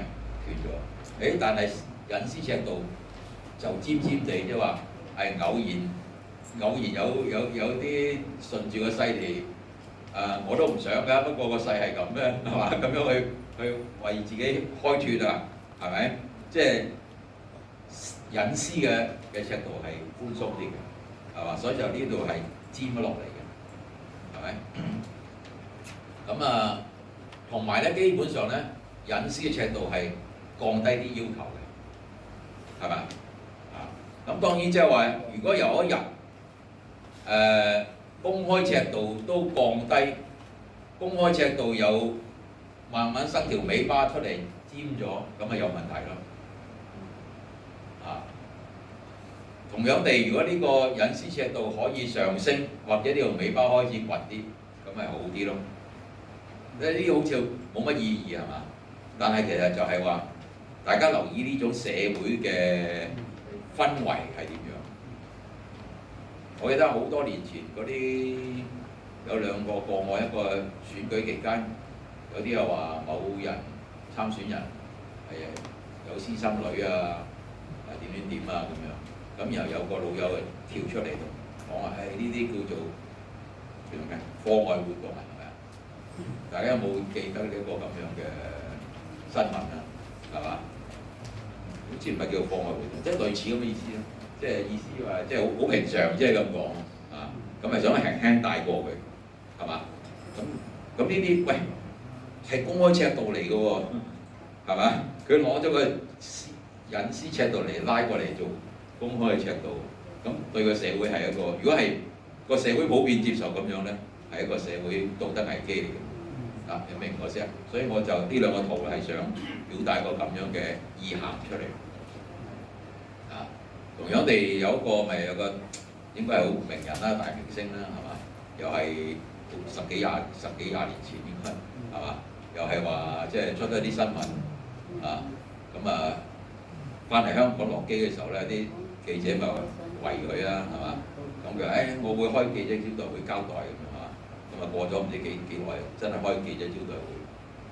咁佢話一開口就話我做嗰啲錯事我做啲全世界意思係所有男人都會做錯嘅事，即係咁樣。咁呢啲係咪呢個現象啊？係咪？即係將隱私尺度拉過嚟公開嘅嗰個尺度係嘛？又想咁樣去即係攞個叫做咩即係開脫啦即係咁樣係咪咁呢個圖表就係咁嘅意思啦。咁好啦，咁點樣呢個警惕向下？即係話我哋要觀察個社會會唔會好似呢兩個圖，我先頭講嗰種變化上落啊、尖啊、掘啊嗰個要留意一下咯。咁另外一個就係呢個啦 ，IGE 呢個係 E 敦品禮行。如果即係我哋諗下啦，我哋喜歡響乜嘢嘅社會生活咧？如果呢個社會係 E 嘅，即係話好多人你覺得肥嗰度係即係好肥嘅，即係好多人口嘅，係屬於敦品禮行嘅。咁呢個社會係你哋喜歡響呢個社會，因為響 I 嗰個多數都做細型師，係嘛？即係就講呢啲都係好有危機嘅。如果你喺嗰個社會生活，係嘛？啊，咁即係嗱，唔係絕對性嘅，不過呢個係一個寓意啫。即係好似一個社會咧，佢嘅大多數嘅屬性咧係即係人口多啲嘅，啊就係中間嘅。咁有少啲人口咧係向上嘅，亦都有少啲人口係向下嘅，啊，即係嗰個即係等於呢十級咁樣啊，即係大家明唔明我意思啊？啊，咁所以大家就諗啦，喂，我喜歡響乜嘢嘅社會嗰度生活，係嘛？即係舉個例，10幾年前索馬利啲海盜啊無法無天㗎嘛，係嘛？咁你冇乜法律㗎，聽講係嘛？咁啊養咗好多海盜啊，因為佢冇咩生計啊，係嘛？做海盜佢哋出色啊，係嘛？咁啊，你話如果響嗰啲國家生活係會點啊？同埋如果響北歐嗰啲富裕國家，係嘛？當然呢個可能衣食足之榮辱啦，係嘛？即係北歐啲好富裕嗰啲咩養老院50歲就已經考慮入養老院，係嘛？就5星級酒店嚟嗰啲係啊咁嘅設施嘅，係嘛？咁啊個個到50歲已經係諗住係就一齊同啲老友傾下入邊間老人院嘅，即係咁樣嘅。啊聽講係咁啊，我未去過北歐，係嘛？咁啊，即係如果嗰啲咁富裕啊，教育好，即係教育醫療各方面照顧得好好嘅國家，啊呢個係一個無法無天嗰啲亂七八糟法都冇法治嘅國家，咁你中意向邊個社會生活啊？咁所以我哋要努力咯，即係如果你想高嗰啲地方都要透過大家努力㗎嘛，係嘛？要營造一個咁樣嘅社會條件㗎嘛，係嘛？啊，咁所以呢個都係用一啲唔係淨係文字啦，整個圖表同大家咁樣分享下咧，可能希望大家印象深啲咁解，好嘛？有冇問題？好啊，就下一張。下一個咧就係對社會同埋世人嘅懸念。我係只係想表達一樣嘢啫。呢個無社會狀態嘅可能性同埋可行性。我淨係想講一樣嘢就係話，你要係可行嘅話咧，除非係全部都係神，即係天人合一呢個神嗰級數，嗰度咧係完全成家齊晒嘅，啊！所以呢個你要一個無政府嘅狀態係要可行嘅，你就除非呢個社會全部都係神嚟嘅。如果你要佢係可能發生嘅咧，就係全部都係大奸大惡到極點嘅，無惡不作嘅，因為你根本冇可能有社會，唔係根本冇可能有政府產生出嚟，係嘛？啊，咁啊，即係只係一個咁簡單概念，亦都係呢啲咁嘅斜線咧，即係其實係呢種咁嘅點講啊，即係以人為本。如果一個社會嘅政府個素質嘅評級啊，唔好講呢啲咩無惡不作嗰啲啦，貪污啊、濫權啊，但係就算依法治理咧，係已經係好好㗎啦，啊，再嚟就係以人為本，係即係點講啊？即係如果嗰個政府啊，都係能夠做到通情達理咧，佢係以人為本啊，係好理想嘅。如果你話個政府會唔會敦品禮行咧？可能未發生過都唔定，係嘛？咁係達至理想啊，係嘛？啊，如果你話個政府會唔會即係每個公務員都心心養性，係嘛？呢個係超越咗理想，即係諗都唔好諗，係嘛？即係當然依家嘅世道又會，我係咁樣嘅睇法同埋感嘆咯，係嘛？將來希望係好啲，係嘛？咁所以我最主要就係強調呢樣嘢啫。你唔好諗住咩無政府狀態，係唔掂嘅。除非你全部都係神嚟嘅，聖人都爭啲啊！即係我意思呢度，聖人都仲係爭啲，唔係全部白嘅，都有啲灰嘅，係嘛？咁啊，有冇可能產生係無政府狀態？係可能嘅，因為全部都係奸邪惡毒，全部都係即係無惡不作嘅人嚟嘅，係嘛？咁你想有政府都難啊！所以唔好諗咩無政府，即係我要追求好自由啊，因為每個人都好高尚啊，係嘛啱啊？我哋要絕對嘅自由啊，係唔需要法律啊，係嘛？唔需要乜乜啊，唔需要政府存在啊，係嘛啱啊？我哋追求一個咁樣嘅好似天堂一樣，但係其實係呃人，除非全部都係神，係嘛？呢個咁我嘅睇法係咁。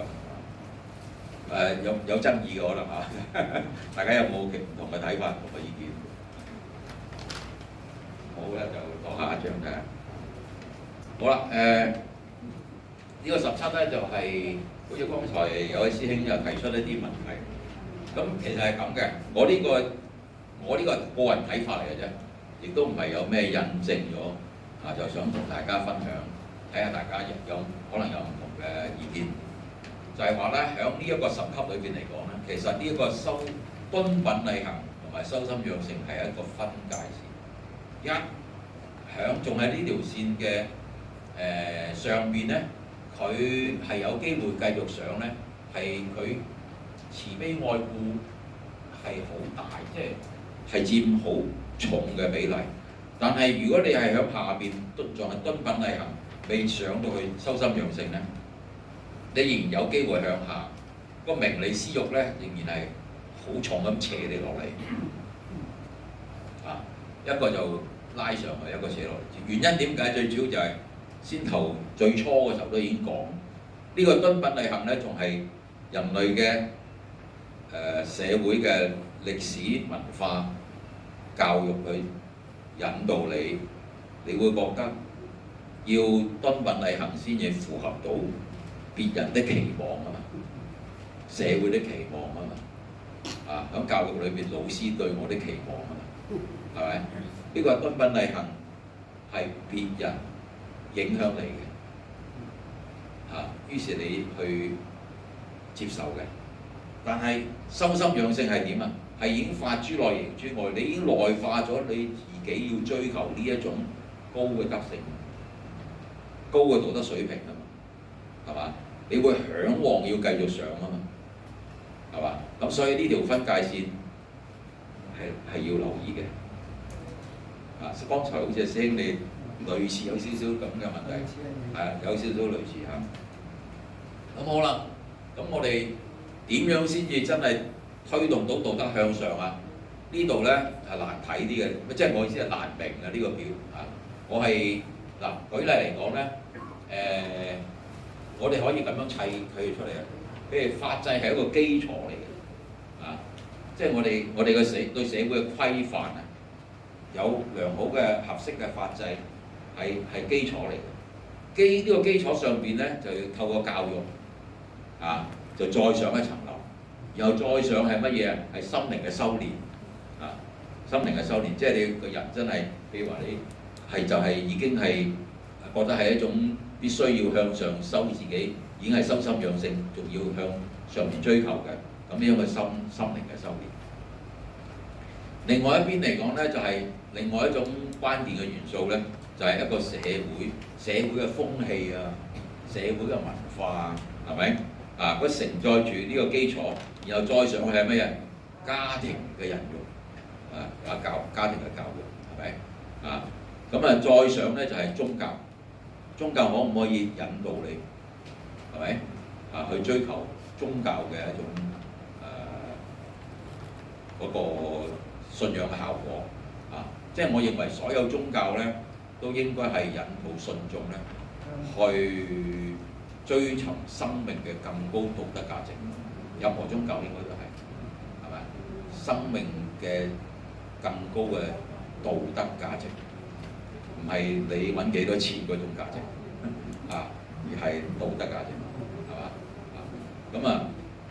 好啦，即係話仲有一樣嘢就係話一個社會風氣嘅風尚嘅承載咧，佢最高就去到通情達理呢一個咁樣嘅境界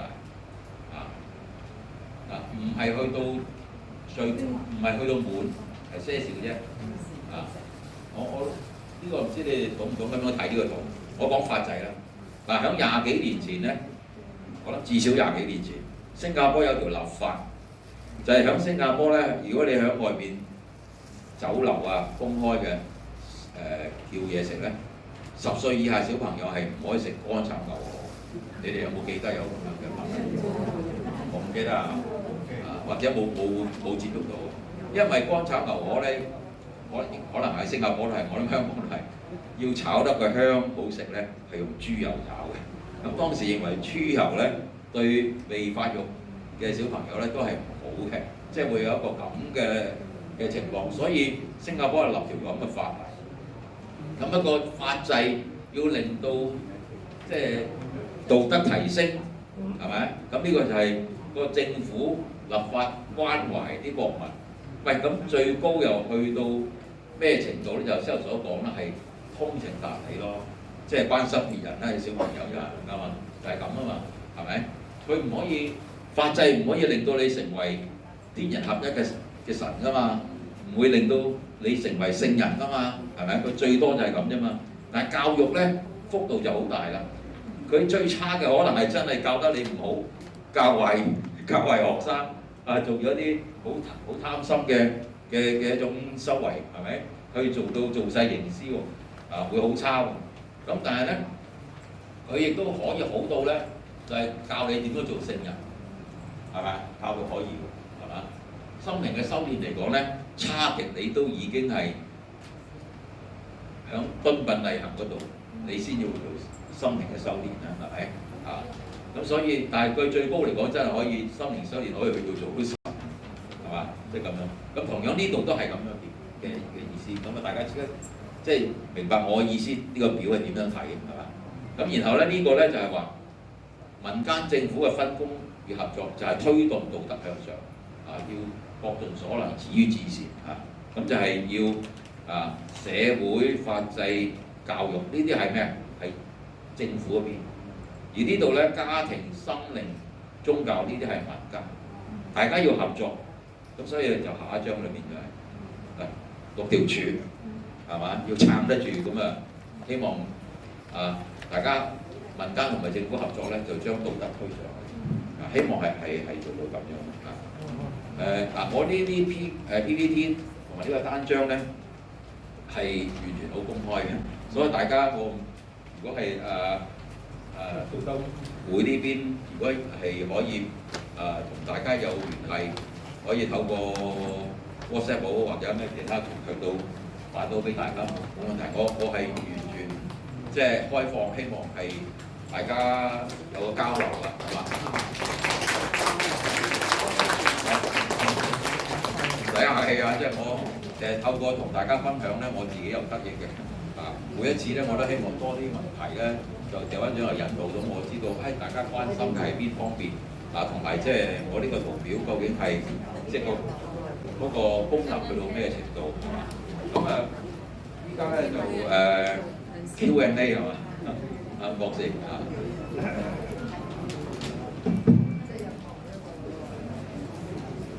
咁我做少少回應啦。咁我好欣賞館長咧，將馬斯龍嗰個咧需求理論結合埋道德一齊咧，變咗自己一個新嘅圖譜咧。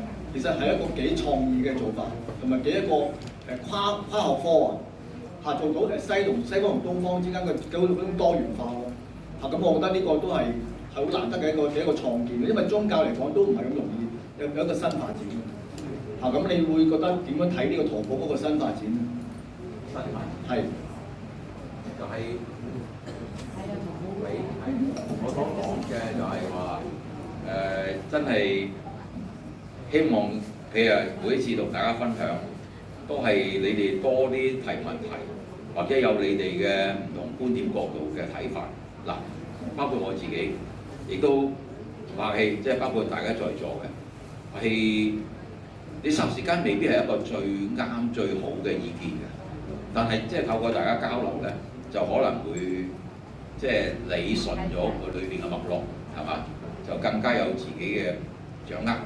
咁咧就當然最好大家又有更超脫嘅、更好嘅點樣去探索同埋推動道德發展嘅你自己創建啦，係嘛？再唔係咧，譬如話我呢個基礎大家去消化一下，睇下同其他朋友分享，係嘛？都希望係產生到一種效果咯。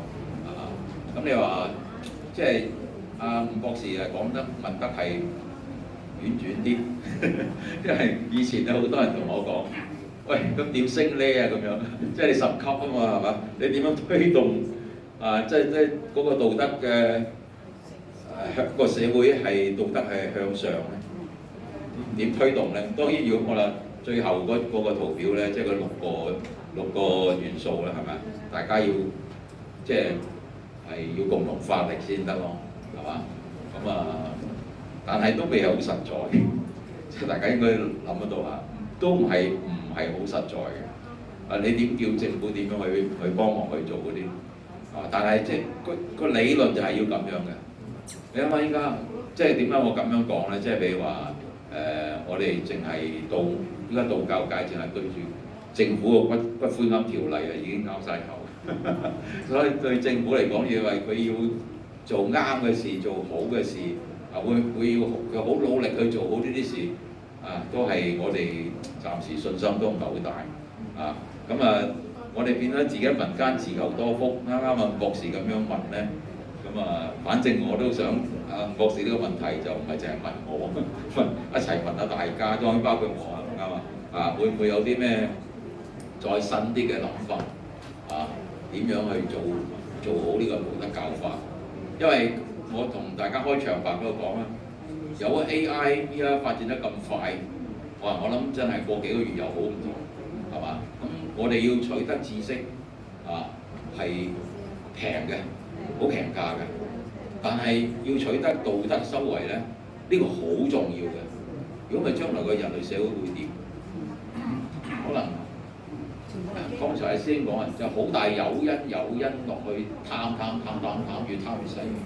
因為我有能力㗎嘛，我透過 AI，我就覺得自己充滿咗信心，我識好多嘢你睇下依家嗰啲咩騙案點解越嚟越多，好難遏制？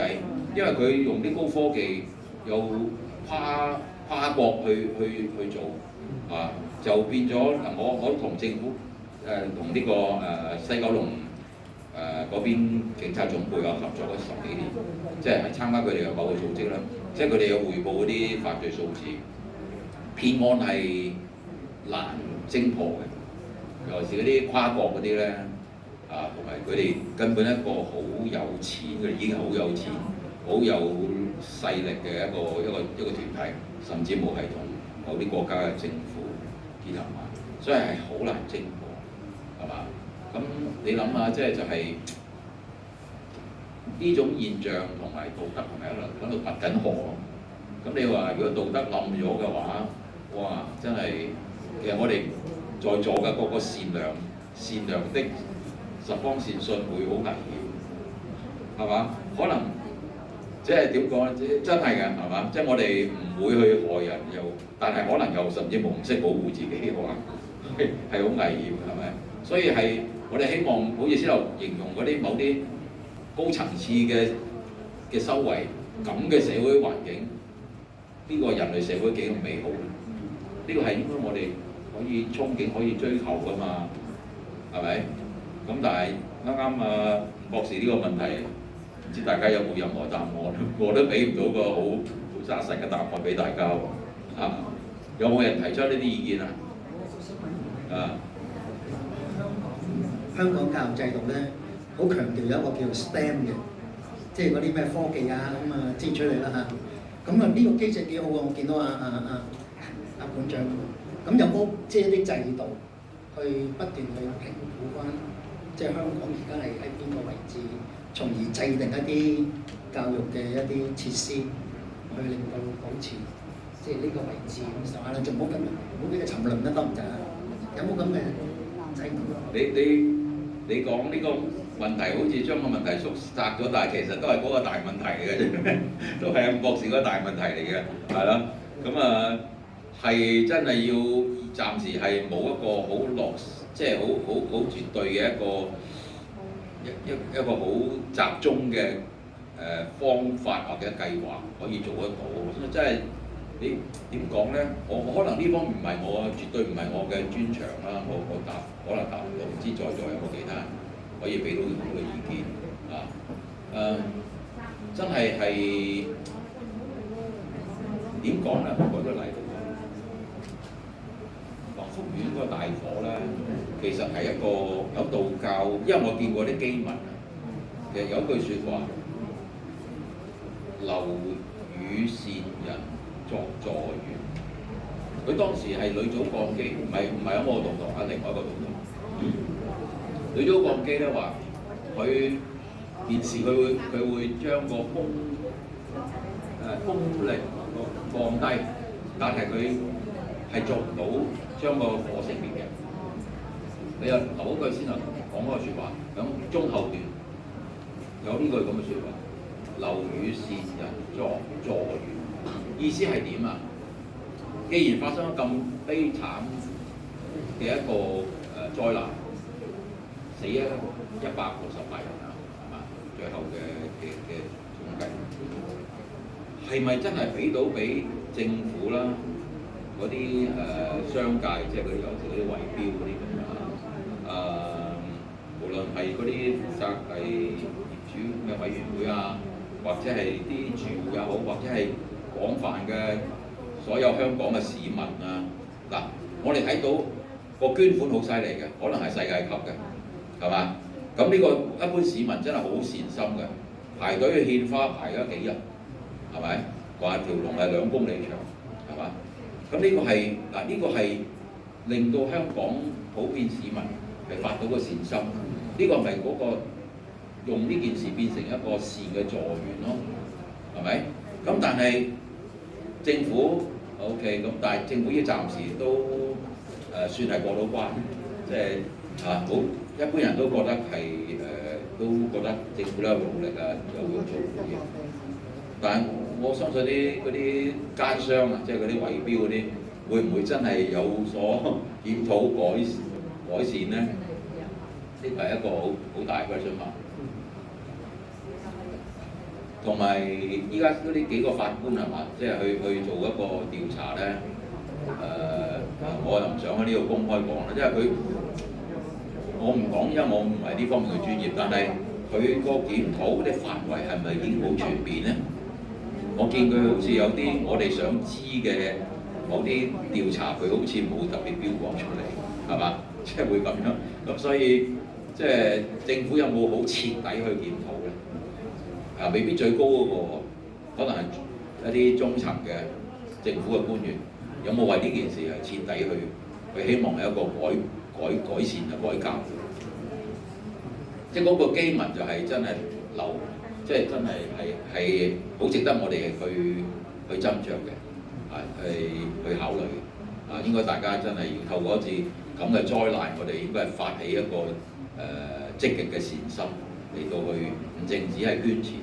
係令到檢討下究竟邊地方以後唔好，即係避免以後唔好再發生咁嘅嘢，同埋咧係究竟係點樣令到呢件事發生，而係方方面面要改善提升，咁先至係即係對得某程度對得住嗰啲罹難嘅人啊，即係咁樣意思啊。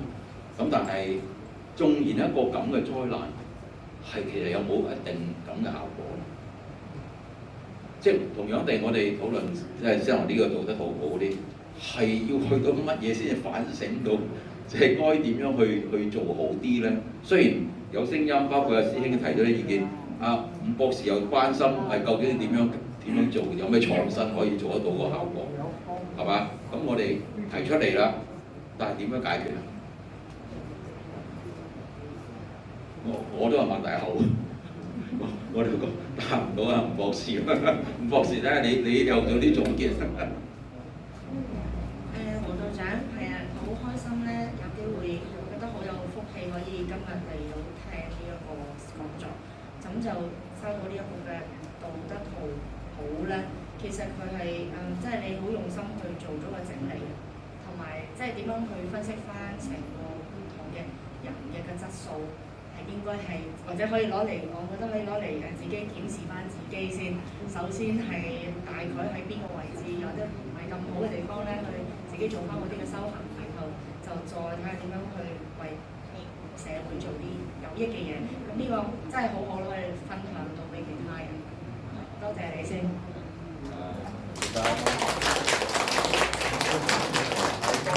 多謝大家，即係大家星期日本來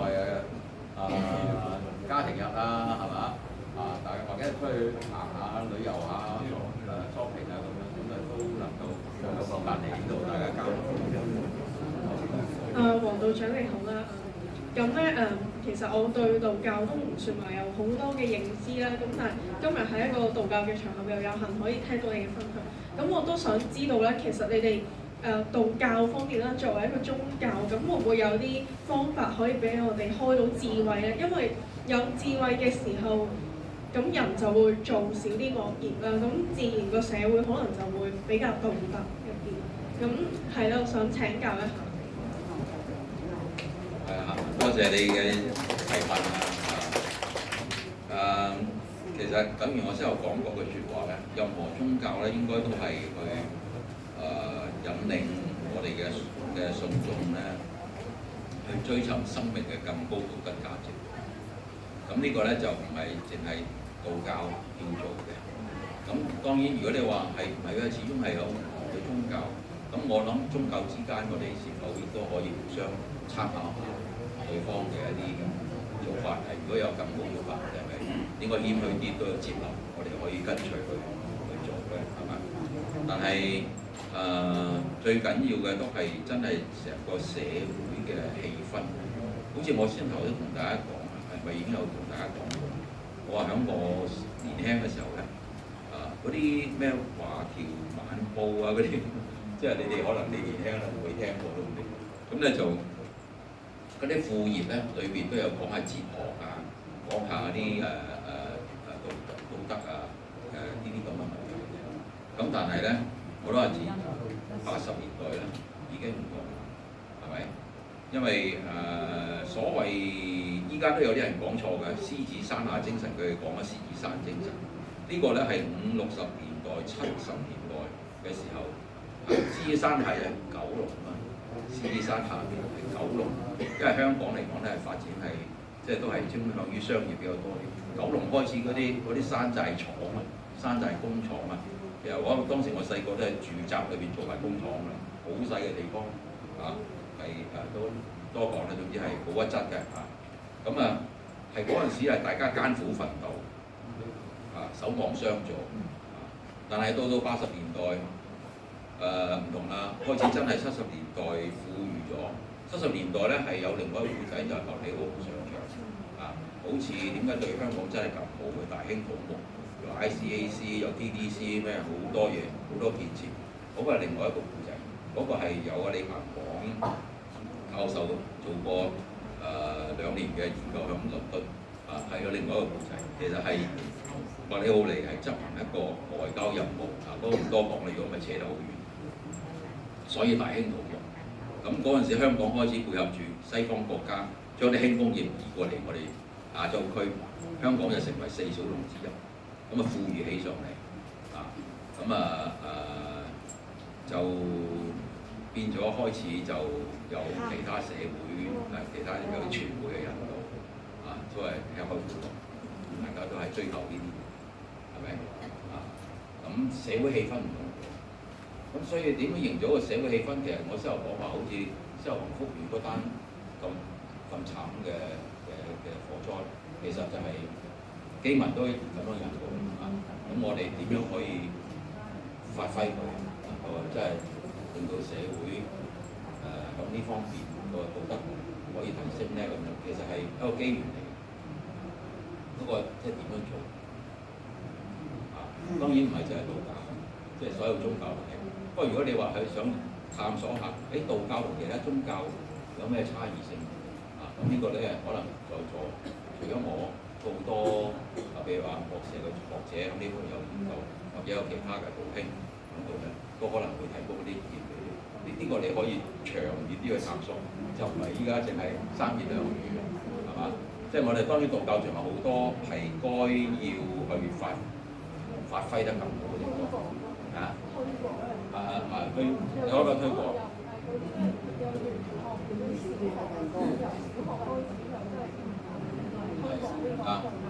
你講得啱嘅，即係喺教育嚟講咧，應該係越細個開始係越啱嘅。好似剛才我個圖表由幼稚園開始，佢係唔好做曳嘢，不做壞事係嘛？即係你寫出嚟就不做壞事，即係類似咁樣係嘛？咁呢個咧就係要大家都係有心人，都係想我哋生活緊嘅社會更好，希望人類社會未來越嚟越好。其實係絕對有條件嘅。我哋而家科技發展得咁犀利，如果唔係推動戰爭，而係推動將嗰啲資源去處理人類嘅病痛兩樣嘢啫，最主要係嘛？點樣去消滅病同埋痛楚係咪兩樣嘢？哇！人類社會已經幸福好多啦嘛，係嘛？但係仲有啲人搞一陣喺度為咗自己霸權發動戰爭，搞到而家你淨係有嘅問題，搞到擴大，係咪？咁講唔晒啦，即係我自己又唔係喺呢方面真係太有能力同埋專長，可能係唔能夠好直接了當解答到呢個問題。但係即係所謂同志還需要努力就係、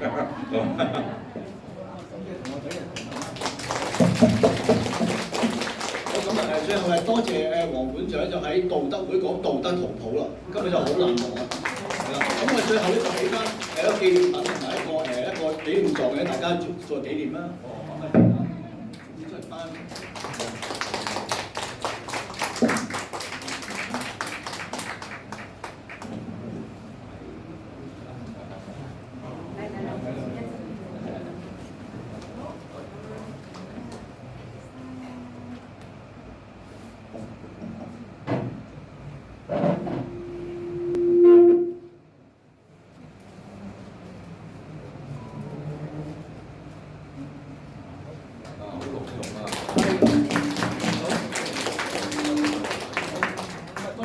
支持啦！記住咧，我哋1個月後咧有第二位重量級嘉賓喎，阿梁德華道長嚟咯喎，記住支持啦！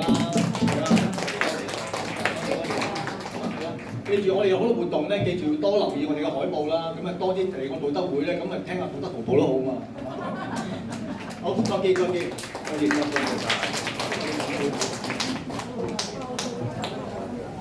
咁你阿黃道長個 WhatsApp 係幾多號啊？其實都請教我。